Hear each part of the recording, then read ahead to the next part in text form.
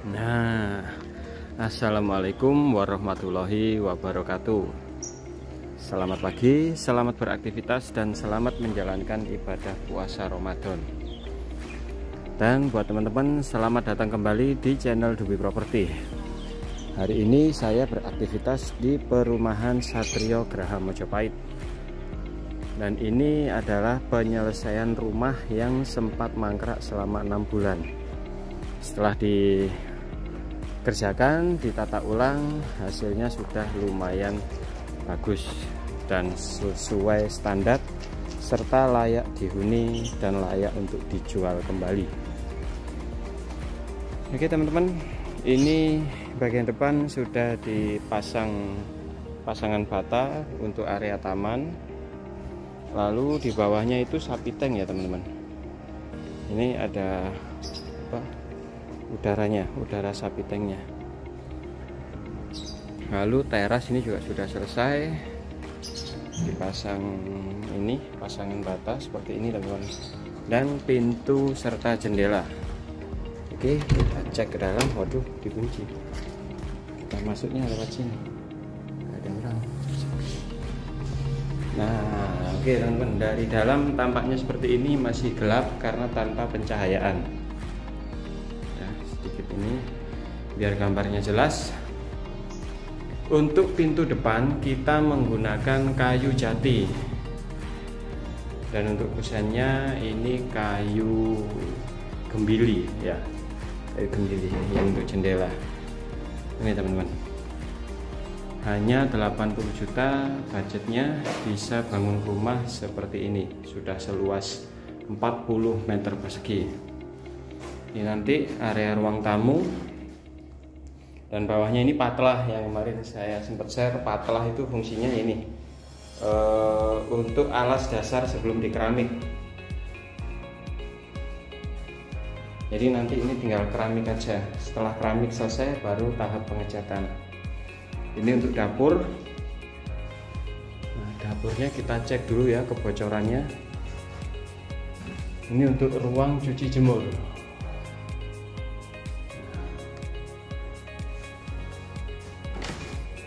Kita cek dulu kebocorannya. Ini kemarin ada bocor, cuman posisinya di mana ini ya, ini teman-teman. Oke, ini untuk kamar mandi gelap gulita. Ini nanti harusnya dikasih boven ya sebelah sini teman-teman. Jadi penyesuaian yang di sebelah sini nanti harusnya dikasih boven ya, biar kamar mandinya nggak gelap seperti ini. Kalau gelap nanti penggunaan listriknya lebih banyak. Jadi ini harusnya dikasih boven biar kamar mandinya nggak terlalu gelap, ada pencahayaan dari luar. Ini pintu kamarnya udah terpasang, pintu kamar depan. Ini pintu kamar belakang, dan itu untuk jendela kamar belakang. Sudah 80%, tinggal pekerjaan keramik dan cat sudah selesai. Dan itu untuk jendela atas ya. Ini pintunya udah siku, udah senter ya. Jadi buat teman-teman yang mau bangun rumah, saya sarankan pelajari lebih dahulu seputar bangunan. Jadi biarpun kita pasrah ke orang atau ke kontraktor, ke pemborong, saya sarankan teman-teman memahami sebagian dari bangunan agar saat pembangunan tidak ada pekerjaan yang terbengkalai atau dikerjakan dengan asal-asalan. Yang pertama biasanya pondasi ya. Saya bukan menghasut atau underestimate ke pekerjaan enggak, tapi ini adalah suatu kehati-hatian. Pondasi usahakan dipasang sesuai standar. Paling bawah itu ada pasir, setelah itu tatanan batu kali, baru bisa dikombinasikan dengan batu kumbung. Itu untuk pondasi. Lalu untuk slough itu ukurannya normal 10-12 ya teman-teman, 10-12, dan usahakan lurus, jangan sampai seperti ini. Ini yang udah terlanjur terjadi teman-teman. Slough. Nah ini slough, bayangin aja besi 2 slough ini ngumpul jadi satu di sini. Ini sloughnya jadi sini, jadi rumah situ sloughnya besinya miring teman-teman ya. Ini namanya slough. Kalau sloughnya ini pondasinya, karena pernah kejadian juga mengalami pekerja itu bikin adukan pondasi asal-asalan. Jadi adukan ini luluh ya, kalau bahasa Jawanya luluhnya ini gampang pecah. Itu harus teman-teman pahami juga ya. Setelah dari pondasi ke slough, lalu ke dinding. Pemasangan dinding, kita cari contoh. Nah ini pemasangan dinding hebel, sebisa mungkin teman-teman. Nah acak-acakan ya, jadi nggak lurus juga.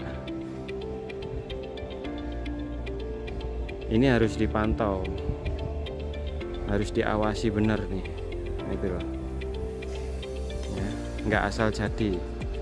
Terus untuk peletakan atau pemberian mortarnya hebel, atau kalau bata merah itu menggunakan adukan juga, itu diusahakan rapat biar ketika hujan tidak merembes airnya ke dalam nih. Terus diusahakan juga pasangannya itu zigzag, jangan sampai kayak yang ini.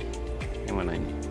Nah yang ini kacau ini ya. Ini peringatan buat teman-teman yang mau bangun rumah, minimal dipahami sebagian kecil dari konstruksi bangunan agar rumahnya tidak jadi dengan asal-asalan. Terus setelah dinding ke atap. Ini atap ini yang rawan ya, rawan masalah. Kalau atap itu masalahnya bocor. Nah ini teman-teman, atap kalau bisa gewel itu seperti ini teman-teman ya. Jadi alurnya genteng itu yang naik ini, yang mana ini ya, yang ini teman-teman. Itu alur yang naik itu yang ditanam di dalam gewel atau ban-banan teman-teman, agar ketika air mengalir itu tidak tertampung di situ. Ini yang sering membuat bocor itu teman-teman. Terus ketika pemasangan, sekali lagi diingatkan sama pekerja, kalau ada genteng yang retak langsung minta diganti, jangan dibiarkan. Ini saya ngalami juga di sini, genteng retak itu dibiarkan nggak diganti, langsung dicat warna hitam, nggak kelihatan. Ujung-ujungnya ketika hujan bocor teman-teman. Itu ya untuk pemasangan genteng. Terus untuk setelah pemasangan genteng, sebelum dipasang plafon, saya sarankan untuk dicek kembali dari dalam seperti ini teman-teman. Ini sayangnya udah di plafon ya. Jadi ketika gentengnya udah dipasang semua, kita cek dari bawah masih ada nggak sela-sela lubang yang kelihatan dari bawah ini. Nah kalau ada itu segera ditutup, pastikan benar-benar tertutup teman-teman. Kalau tidak, ya itu yang menjadi sumber kebocoran. Kalau sudah di plafon seperti ini, kita nggak bisa ngecek. Nah, bisa ngecek harus naik, itu lebih susah lagi teman-teman. Ya, saya sarankan seperti itu. Tahap pembangunan rumah, gentengnya sudah, plafonnya sudah. Setelah itu ke talang. Talang ini apakah sudah berfungsi dengan baik? Ada lapisannya, setelah dicor itu dirabat, diaci, lalu dikasih aquaproof agar tidak rembes. Itu teman-teman ya, Sudah naik, sudah talang, kita turun kembali ke acian atau rabatan. Nah, sebelum diaci atau dirabat, usahakan instalasi listrik sudah terpasang agar tidak kerja dua kali, gitu teman-teman. Lalu saluran pipa, nah seperti rumah ini, saluran pipa air bersihnya ini sudah terpasang semua, sudah terpasang ya. Oh belum teman-teman. Nah ini belum terpasang nih. Ini harusnya ada pipa nih, pipa naik.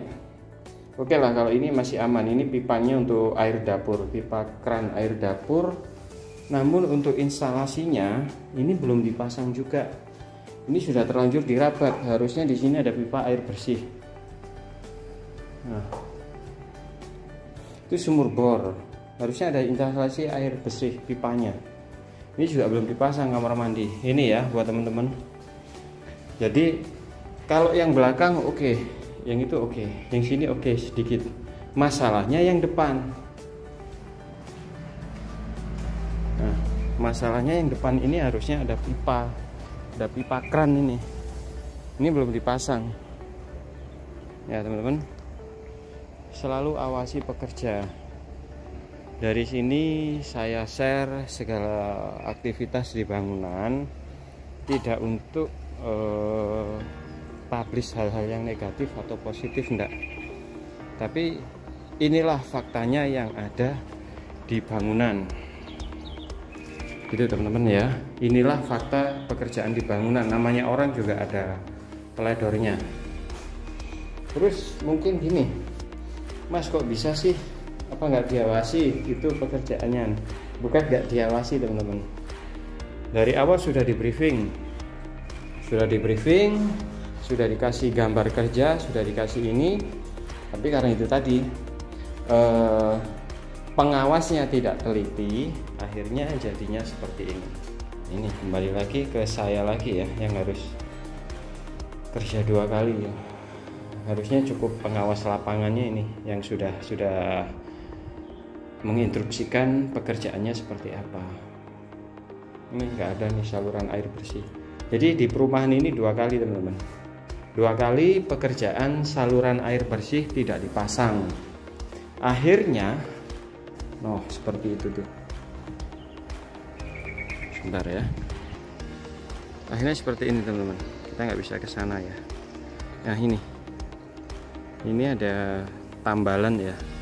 Jadi itu tuh juga pipa air bersih yang lupa nggak kepasang.